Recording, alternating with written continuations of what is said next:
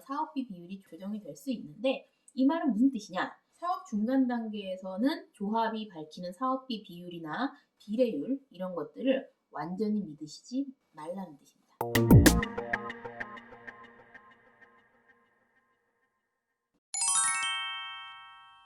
지난번 영상 이건 분홍책에 대한 영상에서도 말씀드렸다시피 열정이 넘쳐님이 쓰신 책은 숫자 계산이 굉장히 많이 나옵니다.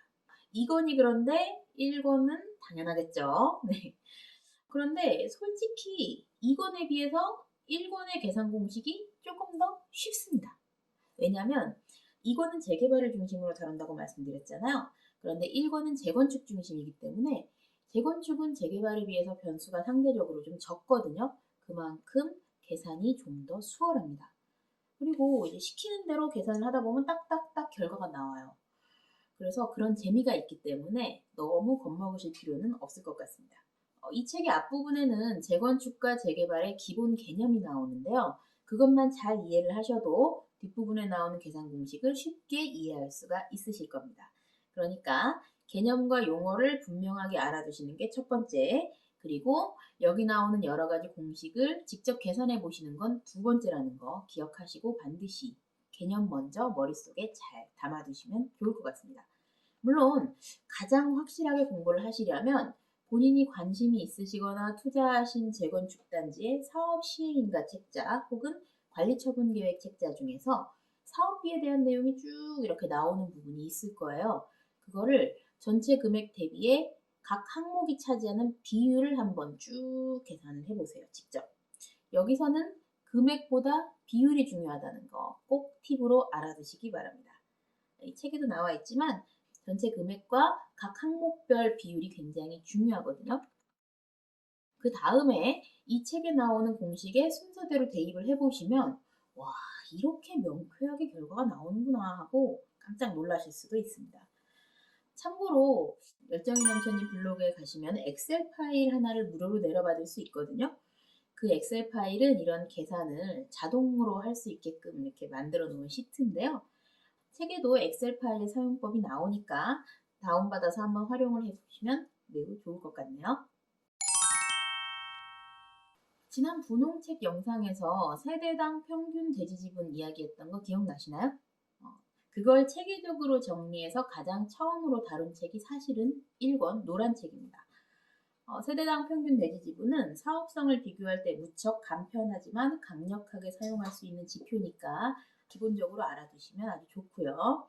여기서는 좀 다른 내용을 말씀드릴 건데요. 바로 분담금 계산 공식입니다. 제가 앞부분에서 사업비의 전체 금액보다 항목이 차지하는 비율이 중요하다는 말씀을 드렸던 거 기억하시죠?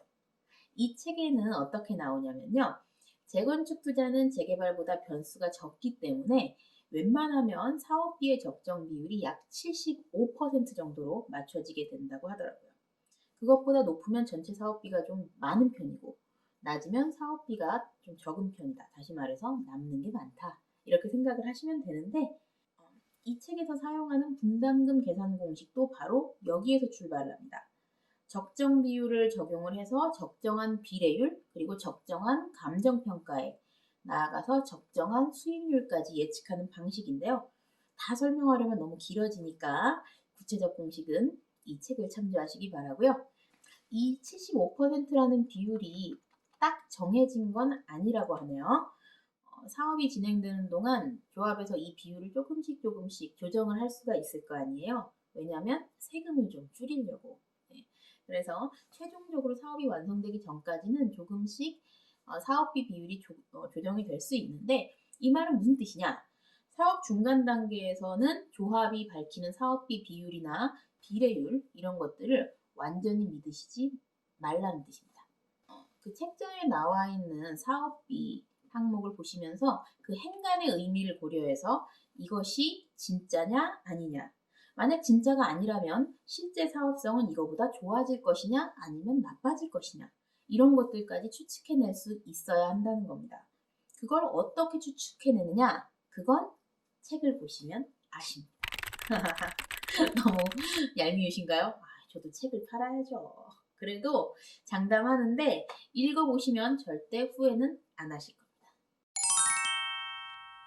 열정이 넘쳐님의 돈 되는 재건축 재개발 1권과 함께 읽으면 좋을 책은 당연히 2권 분홍책이겠죠.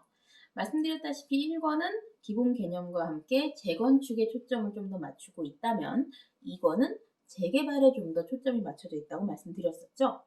재건축과 재개발의 사업성은 예측 방법이 좀 비슷한 것 같으면서도 약간 다르더라고요. 그러니까 두 가지를 같이 공부하시려면 1권을 읽고선 기본 개념을 확실하게 잡으신 후에 2권도 함께 읽어보시면 좋을 것 같습니다.